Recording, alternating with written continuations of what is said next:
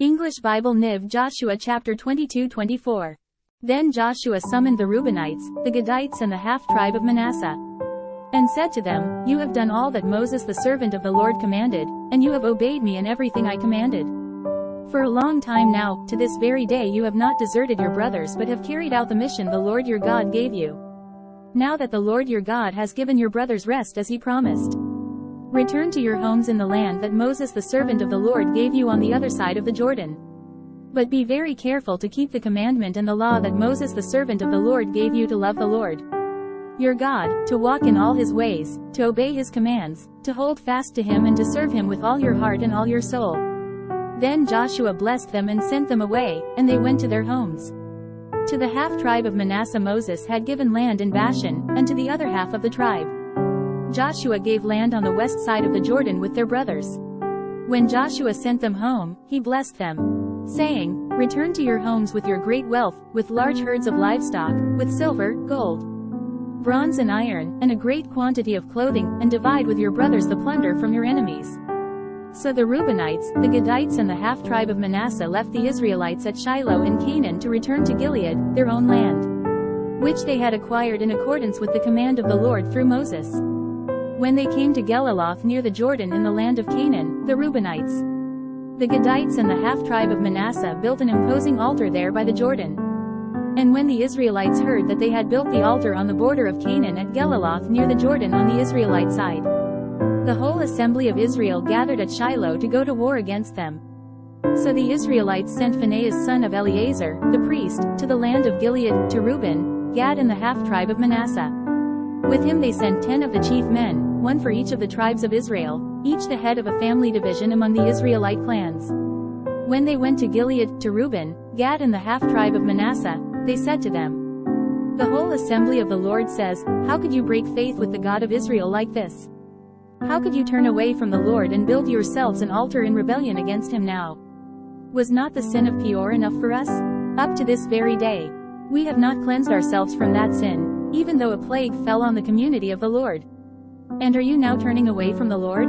If you rebel against the Lord today, tomorrow he will be angry with the whole community of Israel.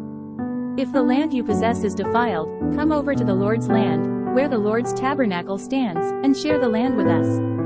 But do not rebel against the Lord or against us by building an altar for yourselves. When Achan son of Zerah acted unfaithfully regarding the devoted things, did not wrath come upon the whole community of Israel? He was not the only one who died for his sin. Then Reuben, Gad and the half-tribe of Manasseh replied to the heads of the clans of Israel, The mighty one, God, the Lord. The mighty one, God, the Lord, he knows. And let Israel know, if this has been in rebellion or disobedience to the Lord, do not spare us this day. If we have built our own altar to turn away from the Lord, and to offer burnt offerings and grain offerings, or to sacrifice fellowship offerings on it, may the Lord himself call us to account. No, we did it for fear that someday your descendants might say to ours, What do you have to do with the Lord, the God of Israel? The Lord has made the Jordan a boundary between us and you Reubenites and Gadites. You have no share in the Lord. So your descendants might cause ours to stop fearing the Lord. That is why we said, Let us get ready and build an altar, but not for burnt offerings or sacrifices. On the contrary, it is to be a witness between us and you, and the generations that follow, that we will worship the Lord at his sanctuary with our burnt offerings, sacrifices and fellowship offerings. Then in the future your descendants will not be able to say to ours, You have no share in the Lord. And we said, If they ever say this to us, or to our descendants, we will answer, Look at the replica of the Lord's altar, which our fathers built, not for burnt offerings and sacrifices, but as a witness between us and you. Far be it from us to rebel against the Lord and turn away from him today by building an altar for burnt offerings, grain offerings and sacrifices, other than the altar of the Lord our God that stands before his tabernacle. When Phinehas the priest and the leaders of the community, the heads of the clans of the Israelites, heard what Reuben, Gad and Manasseh had to say, they were pleased. And Phinehas son of Eleazar, the priest, said to Reuben, Gad and Manasseh, Today we know that the Lord is with us, because you have not acted unfaithfully toward the Lord in this matter. Now you have rescued the Israelites from the Lord's hand. Then Phinehas son of Eleazar, the priest, and the leaders returned to Canaan from their meeting with the Reubenites and Gadites in Gilead and reported to the Israelites, They were glad to hear the report and praised God. And they talked no more about going to war against them to devastate the country where the Reubenites and the Gadites lived. And the Reubenites and the Gadites gave the altar this name, a witness between us that the Lord is God.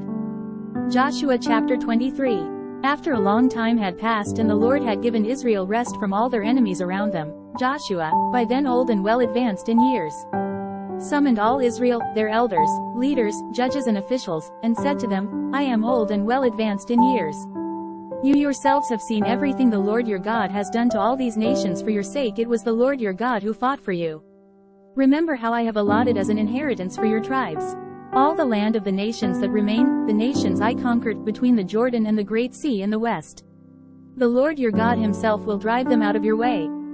He will push them out before you, and you will take possession of their land, as the Lord your God promised you. Be very strong, be careful to obey all that is written in the book of the law of Moses, without turning aside to the right or to the left. Do not associate with these nations that remain among you. Do not invoke the names of their gods or swear by them. You must not serve them or bow down to them. But you are to hold fast to the Lord your God, as you have until now. The Lord has driven out before you great and powerful nations. To this day no one has been able to withstand you. One of you routs 1,000, because the Lord your God fights for you, just as he promised. So be very careful to love the Lord your God. But if you turn away and ally yourselves with the survivors of these nations that remain among you, and if you intermarry with them and associate with them, then you may be sure that the Lord your God will no longer drive out these nations before you. Instead, they will become snares and traps for you, whips on your backs and thorns in your eyes, until you perish from this good land, which the Lord your God has given you. Now I am about to go the way of all the earth. You know with all your heart and soul that not one of all the good promises the Lord your God gave you has failed. Every promise has been fulfilled, not one has failed.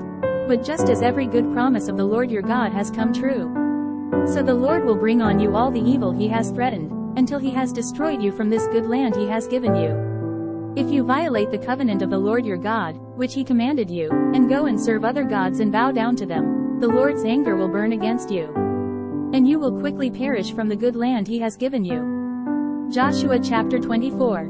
Then Joshua assembled all the tribes of Israel at Shechem. He summoned the elders, leaders, judges and officials of Israel, and they presented themselves before God.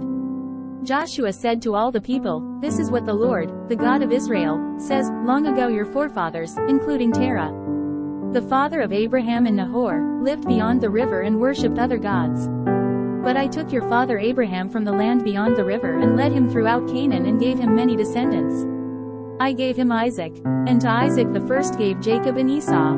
I assigned the hill country of Seir to Esau, but Jacob and his sons went down to Egypt. Then I sent Moses and Aaron, and I afflicted the Egyptians by what I did there, and I brought you out. When I brought your fathers out of Egypt, you came to the sea, and the Egyptians pursued them with chariots and horsemen as far as the Red Sea.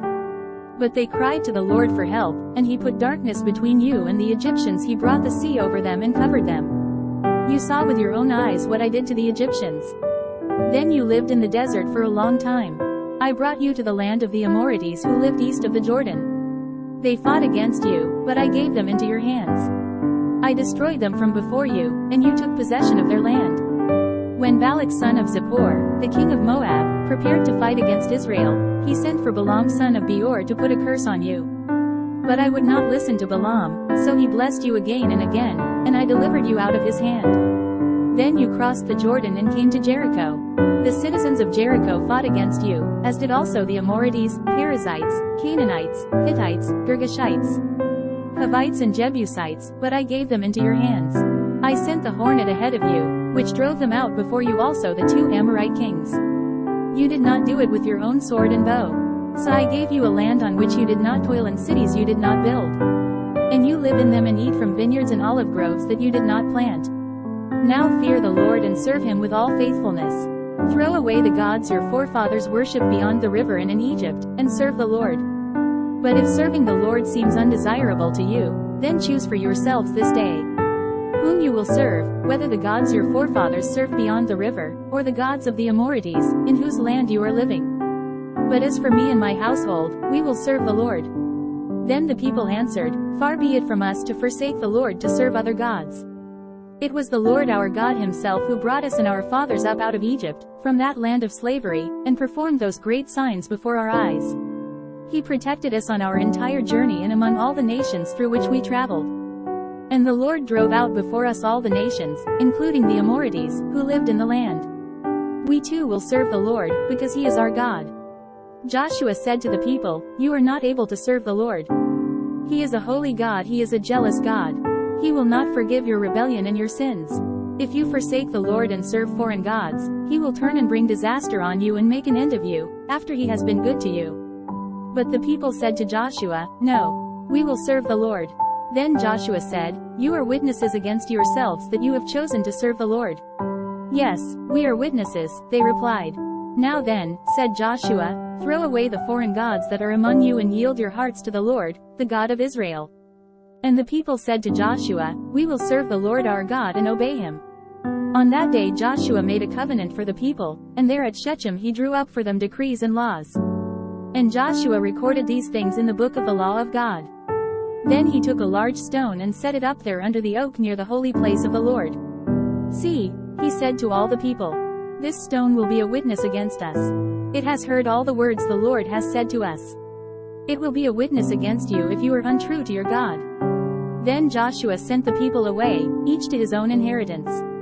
After these things, Joshua son of Nun, the servant of the Lord, died at the age of 110. And they buried him in the land of his inheritance, at Timnath-Serah in the hill country of Ephraim, north of Mount Gash.